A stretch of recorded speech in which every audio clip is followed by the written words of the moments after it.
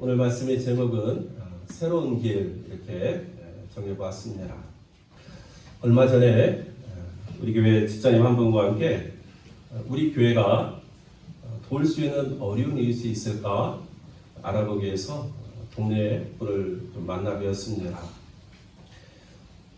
그런데 그 집에 가보니까 가끔 우리 교회 앞을 지나가시는 한 어르신이 한 분이 계셨습니다. 이분은 사고로 한쪽 팔이 잘려나가신 분입니다.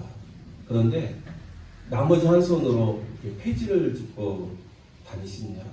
그래서 그 모습을 볼 때마다 좀 돕고 싶은 마음이 들어가지고 우리 교회가 이렇게 좀 정리하다가 헌책이 나오거나 아니면 폐지가 있으면 그분에게 이렇게 드렸던 기억이 있습니다.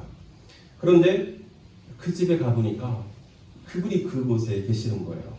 그래서 제가 얼마나 반가웠는지 모릅니다. 이분이 여기 사시는구나. 그런데 그 집에 가보니까 이분만 계신 것이 아닙니다. 그 방 안에 손주들이 이제 있었는데요. 같이 가신 집사님이 그 아이들을 알고 계시더라고요. 그래서 어떻게 합니까? 그랬더니 이전에 우리 교회를 다녔던 아이들이라는 거예요. 그리고 그 집 할머니도 자랑삼아 그러는 것입니다. 예전에 우리 교회 오셔서 식사도 한번 해본 적이 있다고. 그래서 제가 나오면서 그런 마음의 생각이 들었습니다. 제가 우리 영평교회 온 지 얼마 되지 않기 때문에 이 동네 상황을 잘 모릅니다. 그렇지만 우리 교회가 그동안 뿌린 씨앗이 있었구나. 40년의 긴 세월 동안 우리 교회가 이곳에 있으면서 알게 모르게 지역 주민들에게 이 동네와 함께 함께한 세월의 흔적 또 뿌린 씨앗들이 있구나 하는 것을 생각하고 기대감을 가지고 돌아왔습니다. 사랑하는 성도 여러분, 우리가 그동안 뿌린 씨앗들이 우리 주위에 있는 것입니다. 기도의 씨앗도 있겠고 말씀의 씨앗도 있겠고 또 믿음의 씨앗도 있겠고 또 사랑과 수고의 씨앗도 있는 것입니다. 그동안의 열매가 없어서 우리가 잊고 있었지만 그러나 아직 우리 주위에는 그동안 우리가 오랜 시간 또 오랜 정성을 다해서 뿌린 씨앗들이 있다는 사실을 여러분 오늘 창립 41주년을 맞이하면서 먼저 우리 마음에 다시 한번 기억할 수 있기를 주의 이름으로 축원합니다. 그리고 하나님께 우리 함께 기도했으면 좋겠습니다. 하나님, 우리가 지난 세월 뿌린 이 씨앗들이 열매 맺도록 하나님 은혜를 베풀어 주옵소서. 제가 믿습니다. 하나님 앞에서는 그 어느 것도 헛되이 돌아가지 않는다.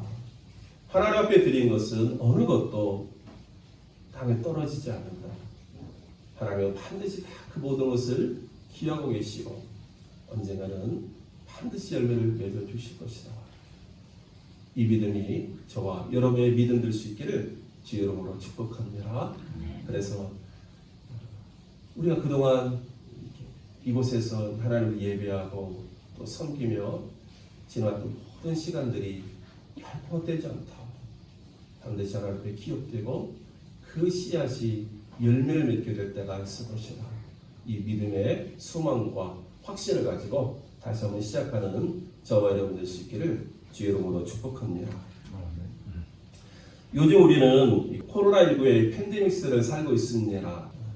그런데 이런 그 전염병은 과거 역사 가운데도 여러 번 있었습니다. 중세 14세기에 있었던 흑사병도 있었고요.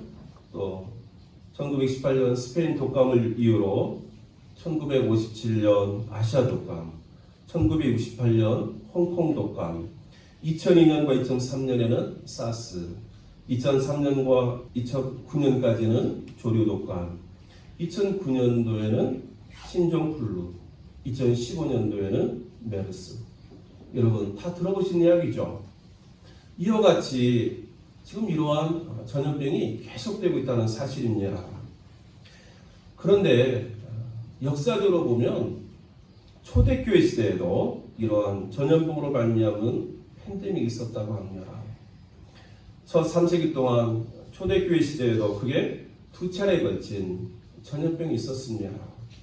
그 첫 번째 경우가 2세기 주ገብ의 165년 겨울에 발생한 전염병이었습니다.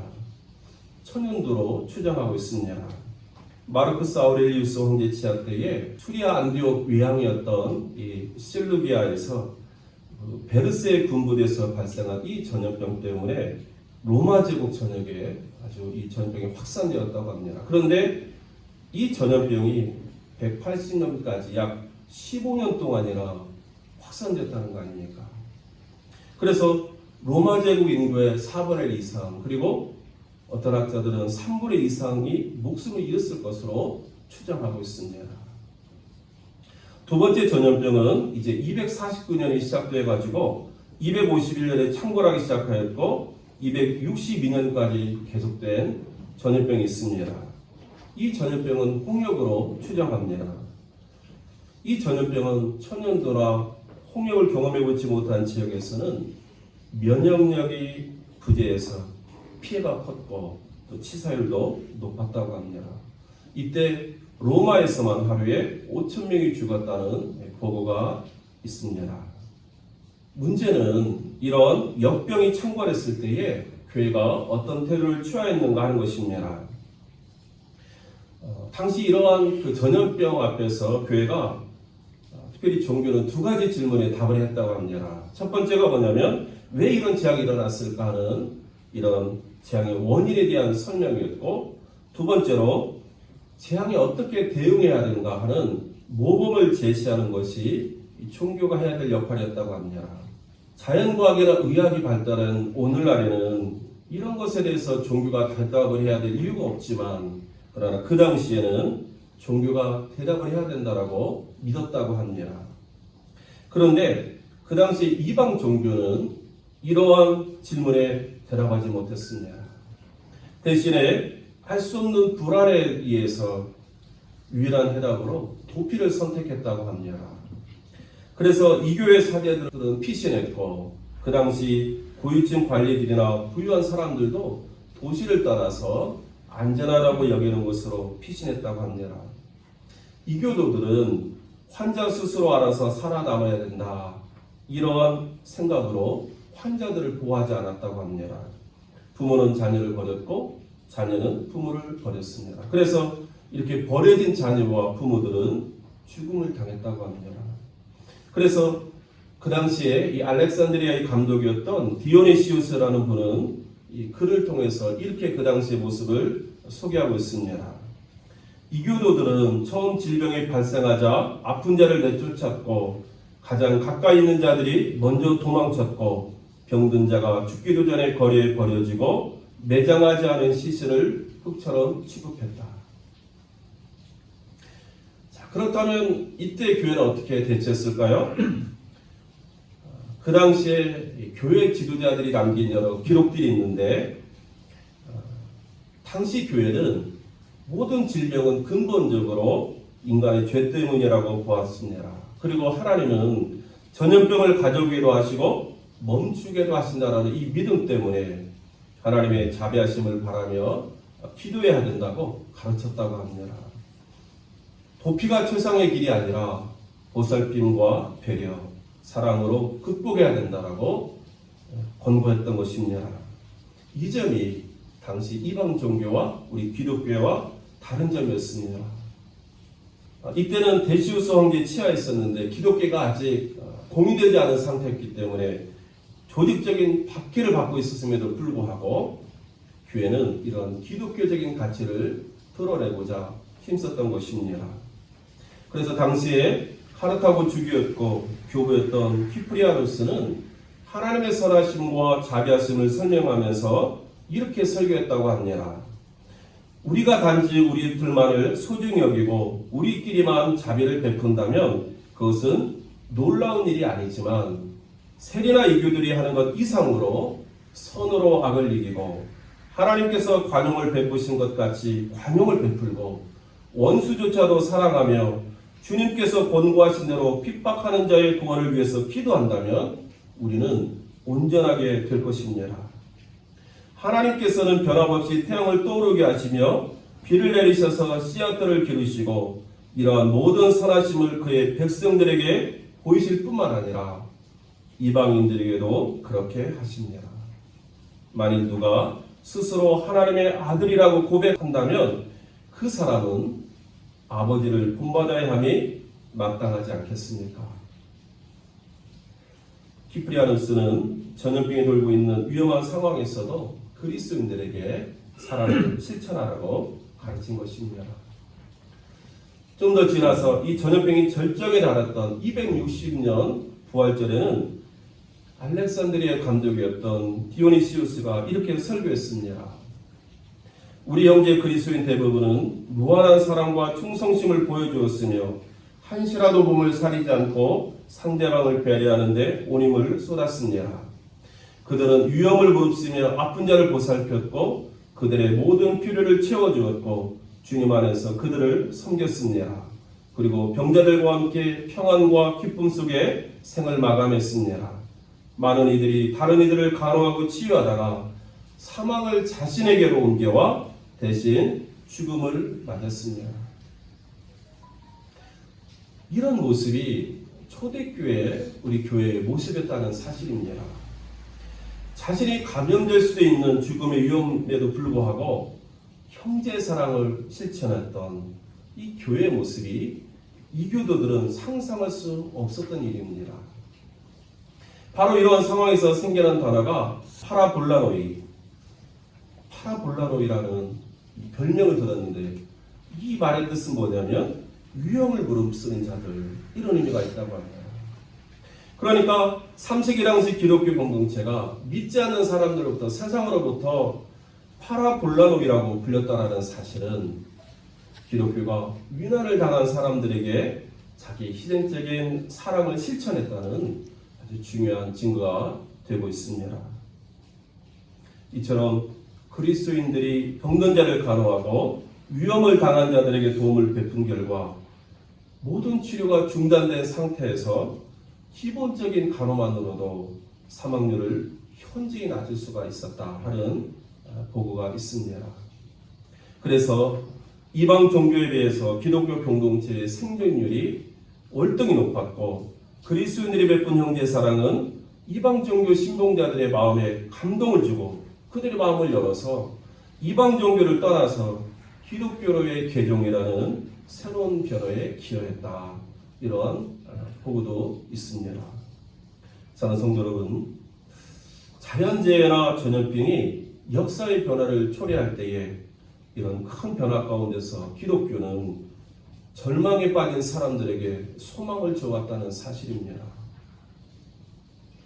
초대교회 시대의 전염병과 교회의 대응이 결과적으로는 이교회의 쇠퇴와 기독교의 성장에 기여했다라는 이런 사실이 오늘 우리들에게도 교훈을 주고 있다고 생각합니다. 자신의 위험을 감수하는 진실한 사랑의 실천은 사람들을 감동시키고 기독교의 참된 정신을 보여주는 진정한 힘이 된다는 사실을 우리들에게 말해주고 있습니다. 사랑하는 성도 여러분, 기독교의 힘, 우리 교회의 힘은 바로 크기를 추구하고 세력을 과시하는 교회의 모습에서 나오는 것이 아니라 교회의 본질인 사랑과 자기 희생에서 나온다는 사실을 우리는 역사를 통해서 배우게 되는 것입니다.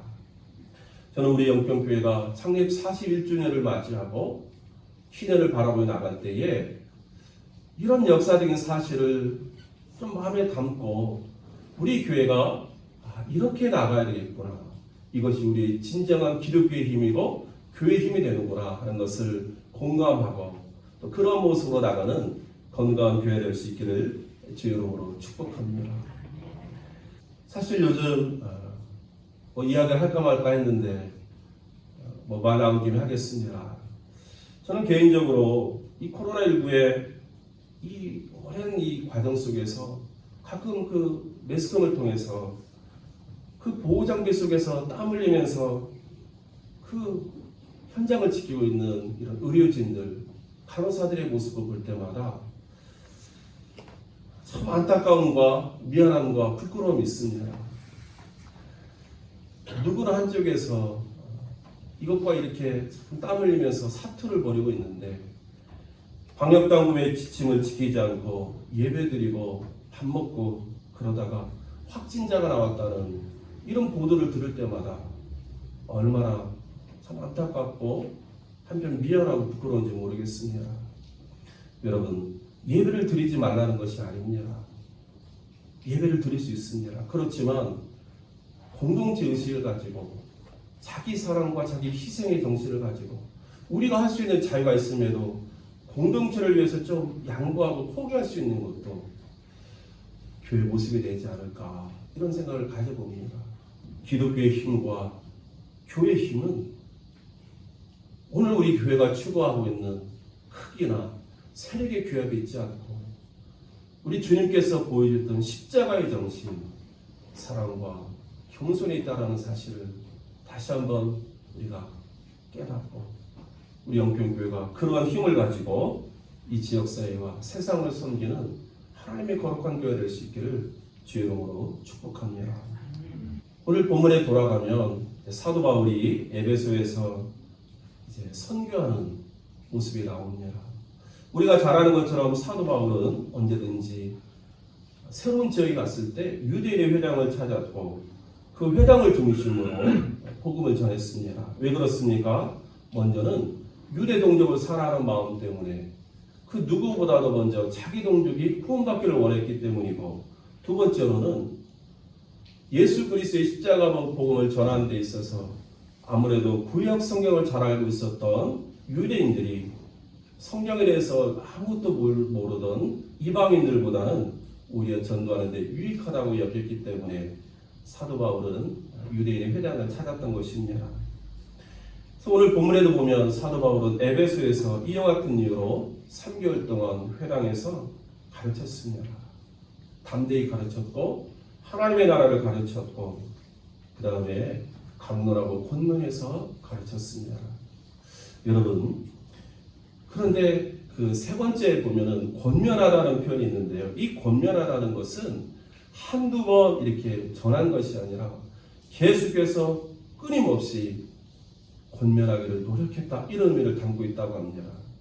사도 바울은 하나님의 나라를 이렇게 가르치면서 에베소의 유대인들이 진리를 받아들이도록 이토록 많은 노력을 기울였다는 것입니다.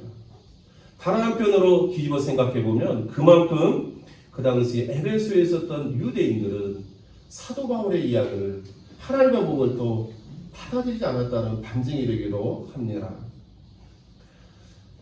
사실 사도 바울은 전도할 때 유대인들의 복음을 전할 때마다 유대인들로부터 많은 핍박과 박해와 거절을 당했던 사람입니다. 오늘 본문 9절에도 보면 에베소의 유대인들도 동일했습니다. 어떤 사람들은 마음이 굳어 순종하지 않고 무리 앞에서 이들을 비방하였다. 그들의 마음이 굳어 있었다는 것입니다. 얼만큼 굳어 있었느냐? 뼈와 같이 단단한 마음으로 진리를 받아들이지 않았다.